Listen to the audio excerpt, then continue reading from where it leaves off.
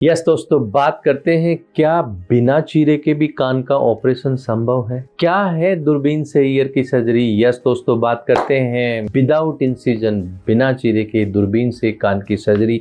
दोस्तों आजकल मैं बहुत देखता हूँ, मेरे जितने भी पेशेंट्स होते हैं, जो अगर ईयर सर्जरी से जो पेशेंट्स होते हैं रिलेटेड, करीब करीब 90% पेशेंट्स का एक ही जो है वो सवाल होता है कि मेरे को कान पे चीरा नहीं लगाना। दोस्तों कान में जो प्रॉब्लम होती है, कान के पर्दे में दिक्कत होती है, कान के पर्दे में होल होता है या मवाद होती है, या बहुत बार आप जो है मेडिकल में, आर्मी में जाते हैं, डिफेंस में जाते हैं, वहाँ पे दोस्तों आपको जो है वो रेफर बना दिया जाता है 2 या 3 चीज़ों के लिए, जिसमें एक मेन तो कान के अंदर कई बार वैक्स होता है, या कान के अंदर जो है पर्दे में छेद होता है, या सफ़ेद दाग होता है, या पर्दा सिकुड़ा हुआ होता है, या वो बोलते हैं कि आपका जो है वो हेल्दी टिम्पेनिक मेम्ब्रेन नहीं है। ये वो पॉइंट है जिनके कारण आपको डॉक्टर के पास भटकना पड़ता है। बट अब जब डॉक्टर के पास जाते हो तो वहाँ बहुत निराशा मिलती है, क्योंकि डॉक्टर ने आपको बोला कि नहीं, ये ऑपरेशन तो बिना चीरे के नहीं हो सकता, आपके पीछे चीरा लगेगा। बहुत सारे लोग ऐसे भी बोलते हैं कि यहाँ पे कान पे चीरा लगेगा या यहाँ से हम कार्टिलेज लेंगे। आप बड़े नर्वस हो जाते हो, आपको लगता है मेरा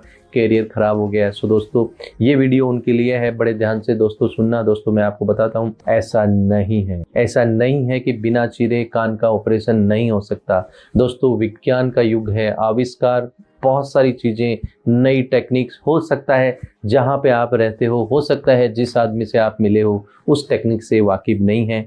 बहुत बार क्या है, लोग उस टेक्निक से वाकिफ नहीं होते हैं, लेकिन कि जो है पॉजिटिव जो थिंकिंग है उसको रिलेटेड नहीं बताएंगे, वो आपको उसकी निगेटिव जो चीज़ें हैं उससे रिलेटेड ही आपको बताएंगे।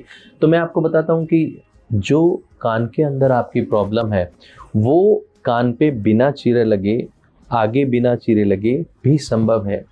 इसको बोलते हैं एंडोस्कोपिक एंडोरल टिम्पेनोप्लास्टी। इसमें दोस्तों क्या होता है कि एक एंडोस्कोप होता है। जैसे सपोज करो आपको जो ये हमारी मुट्ठी है, इस मुट्ठी में कुछ अंदर आपको देखना है तो इसको चीरा लगा के अंदर जाना पड़ेगा। लेकिन एक दूसरा तरीका और होता है कि इसमें एक एंडोस्कोप डाला जाता है 1 मिलीमीटर के होल से, एंड अंदर का सारा कुछ देख लिया जाता है। ऐसे ही एक एंडोस्कोप होता है, उस एंडोस्कोप जिसको हम दूरबीन बोलते हैं लेमन लैंग्वेज में, उससे जो भी सर्जिकल पॉइंट्स होते हैं, स्टेप्स होते हैं, वो किया जाता है। एंड उसी के माध्यम से जो है हमारा जो फेशिया होता है, ग्राफ्ट होता है, वो हार्वेस्ट किया जाता है। एंड एक टेक्निक है दोस्तों, वर्ल्ड की सबसे बेस्ट टेक्निक, इंटरले टिम्पेनोप्लास्टी टेक्निक। सो इस इंटरले टिम्पेनोप्लास्टी टेक्निक से सैंडविच की जैसे वो ग्राफ्ट लगा दिया जाता है, एंड उसका सक्सेस 100% उसका रेट्स होता है।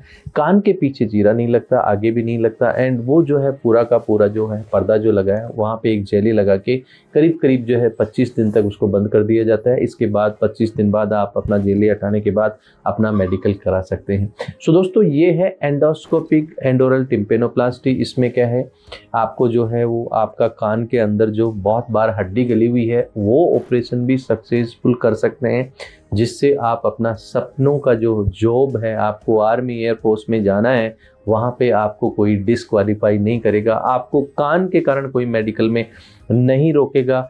इसलिए आपको खुद को जागरूकता जरूरी है कि एक अगर सर्जन ने मना किया है या एक टाउन में ये टेक्निक्स नहीं होती, तो हो सकता है कि दूसरी जगह ये पॉसिबल हो सकती है।